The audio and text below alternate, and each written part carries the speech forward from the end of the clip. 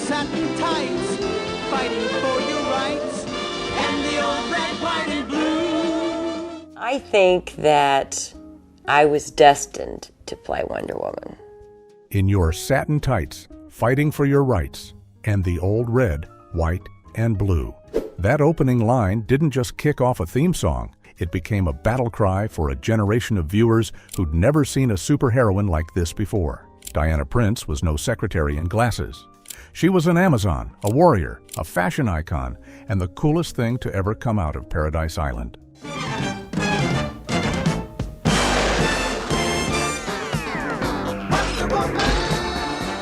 Wonder Woman exploded onto our TV screens in the 1970s, spun into action by none other than Lynda Carter, in a costume that was equal parts patriotic and powerful. The show ran from 1975 to 1979, bridging networks, time periods, and more than a few wild creative decisions.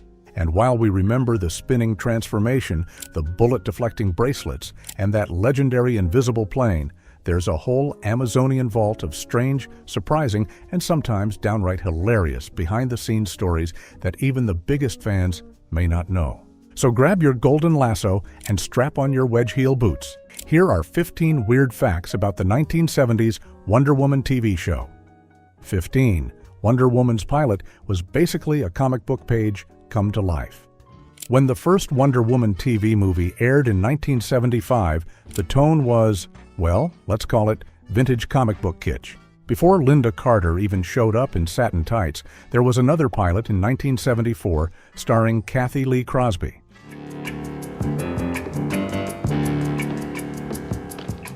That version took a lot of liberties. Crosby's Wonder Woman wore a red and blue tracksuit, had no powers to speak of, and looked more like a Charlie's Angel than an Amazon princess. She was blonde, for one thing, and Diana Prince without dark hair is like Batman without brooding. Audiences were confused, ratings weren't awful, but the feedback was clear. This isn't our Wonder Woman. I had gone out for the first time they did Wonder Woman, and I didn't even get a call back. Kathy Lee Crosby did it, and it was like the wrong costume, the wrong hair color. It just was cheesy and not well done. So producers went back to the source, literally. The 1975 pilot starring Lynda Carter embraced the original 1940s comic book vibe. Everything from the old-school villain General Blankenship to the exaggerated transitions and pop art freeze frames screamed Golden Age. It was campy, but it worked. Suddenly, Wonder Woman was fun again, and viewers couldn't get enough. 14. Lynda Carter did her own stunts until she nearly broke her neck. I know my neighbors think I'm nuts. Lynda Carter was determined to make Wonder Woman as authentic as possible, which meant doing many of her own stunts. She performed her own fight choreography, ran through explosions, and even did some of her own wire work for those dramatic leaps. But during the filming of a Season 2 episode, Carter attempted a stunt where she had to slide down a rope from a second-story window. The rope snapped, and she fell hard onto the concrete below, nearly breaking her neck. After that terrifying incident, the producers finally hired a stunt double. Carter later joked that Wonder Woman might be invulnerable, but Lynda Carter definitely wasn't. The close call made her realize that some heroics were better left to the professionals.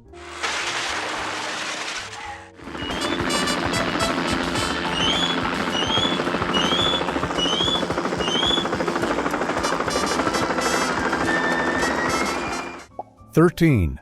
The golden lasso had a very unmagical problem. Wonder Woman's golden lasso was supposed to compel people to tell the truth, a powerful Amazonian artifact. On screen, it looked mystical and indestructible. In reality, it was just regular rope spray-painted gold, and it kept breaking during filming. The prop department went through dozens of lassos during the show's run because the paint made the rope stiff and brittle. What is this game? Now tell me about Peter Knight. Even worse, the gold paint would flake off onto Carter's costume and hands, leaving her looking like she'd been handling glittery craft supplies between takes. The crew eventually switched to a more flexible gold-colored rope, but not before Carter had spent countless hours getting depainted and recostumed. 12. Wonder Woman's costume was so tight, Lynda Carter couldn't sit down.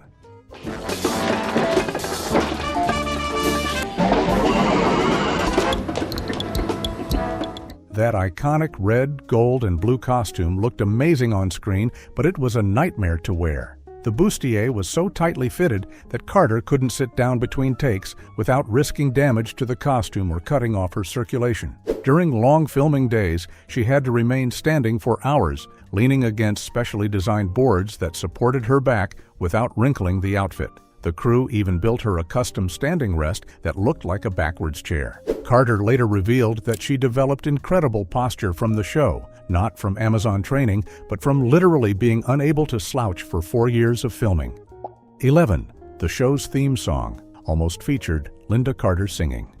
Whirling like a cyclone in my mind. Before they settled on the iconic instrumental theme, producers considered having Lynda Carter sing the Wonder Woman theme song herself. Carter was actually a trained singer and had released albums before landing the role. Everybody is in the same boat, baby. Everybody's got a row. Everybody is in the same place, baby. Everybody's gotta go. I'm alright. Nobody worry about me. Why you got to give me a fight? Don't you just let me be? She recorded a demo version that was more of a ballad, with lyrics about strength, justice, and fighting for what's right. But test audiences found it too serious and slow-paced for an action show. The producers ultimately went with the punchy instrumental version we all know, but Carter's vocal demo still exists in the CBS archives. Fans have been begging for its release for decades, but it remains locked away, perhaps the most mysterious artifact in Wonder Woman's vault. Genre 10. Wonder Woman's tiara was actually a weapon that never worked.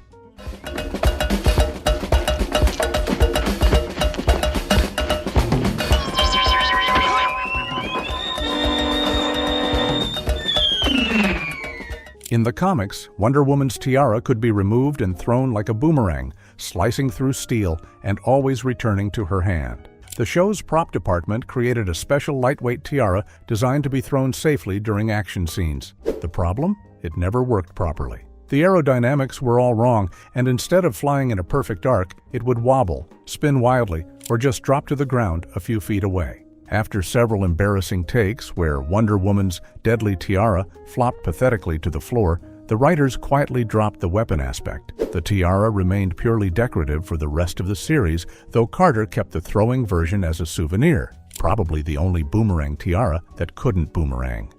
9. The iconic bracelets were specially made in real life too.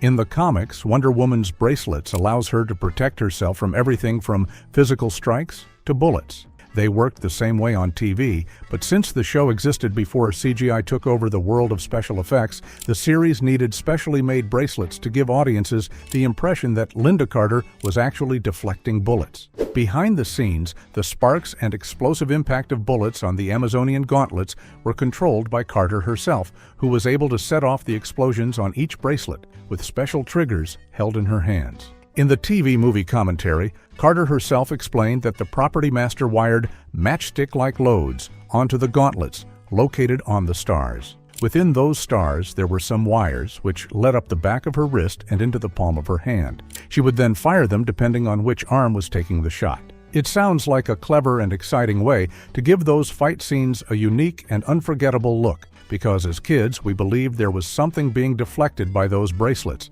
even if there weren't actually bullets. 8. Steve Trevor got recast without ever leaving the show. None of your business.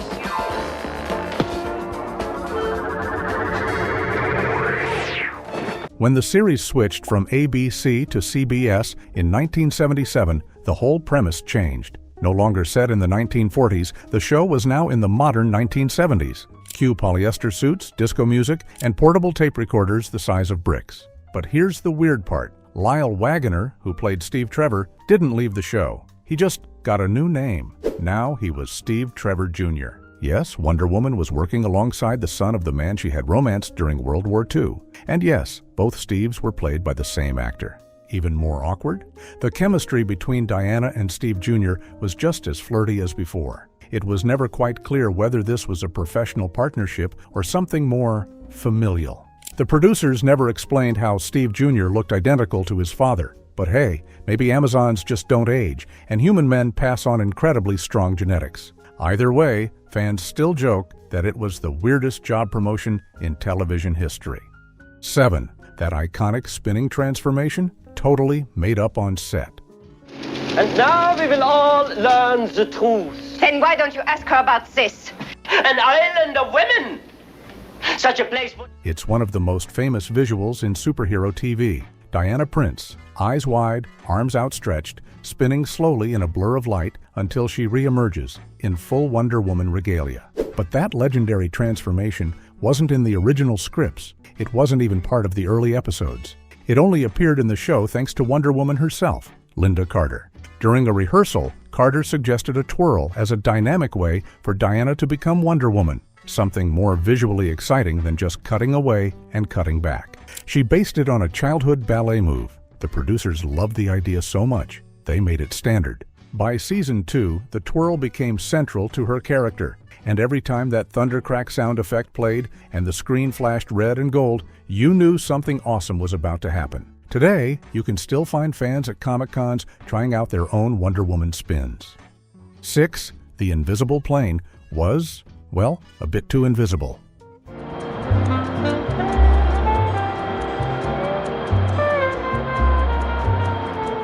Wonder Woman's invisible plane is one of her most bizarre but beloved gadgets. In the comics, it was a sci-fi workaround for the fact that Diana couldn't fly, at least not originally. On the show, the plane was depicted using green screen and outline animation, sometimes just a glowing silhouette against the clouds. But while fans enjoyed it well enough, CBS apparently hated it. They thought it looked cheap. The effect was expensive, glitchy, and it didn't always read well on 1970s TVs. Some episodes used it sparingly, others ignored it altogether. And fans were left wondering, if she can leap tall buildings and run faster than a car, why exactly does she need a plane?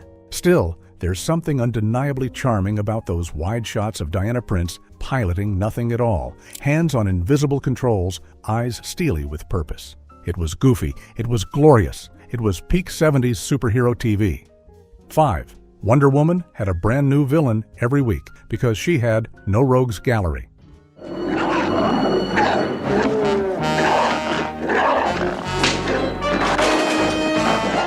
Batman had the Joker.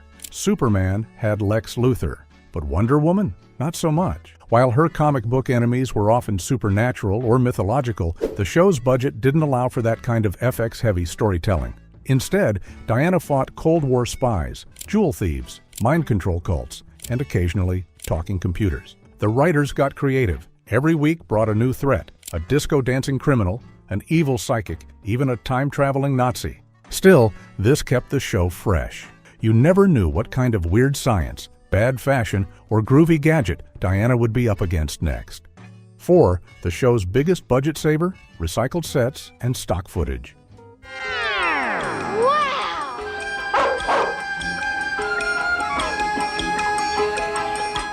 The show regularly reused the same props, costumes, and locations. Government buildings, usually the same LA City Hall facade, shot from different angles. Jungle Island, a city park with fake palm fronds. Villain hideouts, the same 2 warehouse interiors, just redressed with different computers and blinking lights. They even reused explosions, literally cutting in the same stock footage of a Jeep going up in flames from episode to episode. If you watch closely, you'll notice that certain epic chases take place on the exact same stretch of desert road, even if the characters are supposedly in Europe, South America, or outer space. But fans didn't mind. If anything, it gave the show a cozy, familiar charm, like Wonder Woman was saving the world on a local budget. 3. The Amazons wore wigs, and Lynda Carter almost did too. Paradise Island looked like a Grecian paradise filled with beautiful warrior women in gauzy robes. But almost every Amazon, including the Queen, played by Cloris Leachman in the pilot, wore elaborate, flowing wigs. And Lynda Carter? She wore a wig to distinguish Wonder Woman from Diana Prince in the first season, but past that, wore her own hair. She was almost asked to wear a wig too, specifically a curlier, more exotic hairpiece that producers thought would set her apart. but Carter insisted on using her own hair, arguing that it made the character more relatable. She won the argument. Her long, dark, glossy locks became part of Wonder Woman's visual identity, and fans were obsessed. Even now, when you think Wonder Woman hair, you're thinking of Lynda Carter. 2. The show's hero was a feminist icon, even if the network didn't realize it. Those men robbed our bank. You say these men robbed your bank? Yes.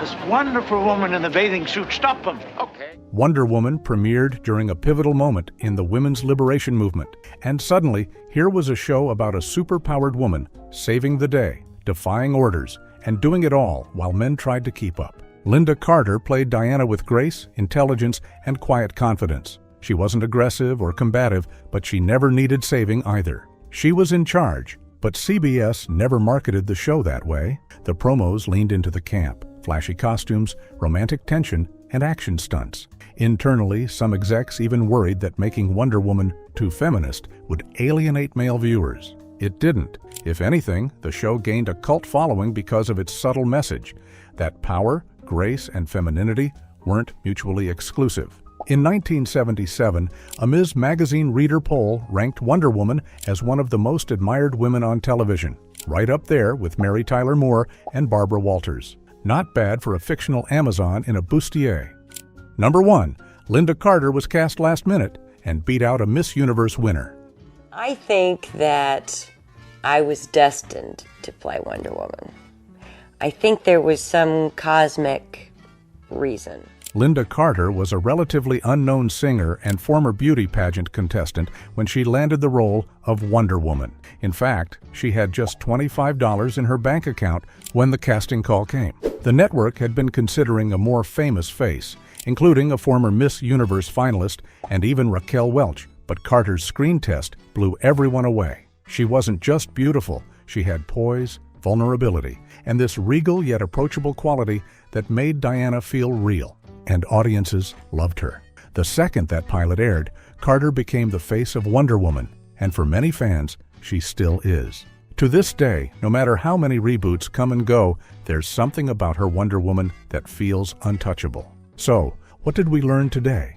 That Wonder Woman's bracelets were more than meets the eye, that Steve Trevor has some very confusing family photos, and that sometimes a childhood dance move can lead to something iconic. Most of all, we learned that Lynda Carter's Wonder Woman was more than a superhero. She was a symbol of strength, style, and standing tall in the face of weird plot lines and recycled sets. Got your own memories of watching Wonder Woman on a shag carpet floor, cereal bowl in hand? Drop your favorite Wonder Woman trivia or moments in the comments. Don't forget to hit those like and subscribe buttons like you were Wonder Woman fighting disco dancing criminals.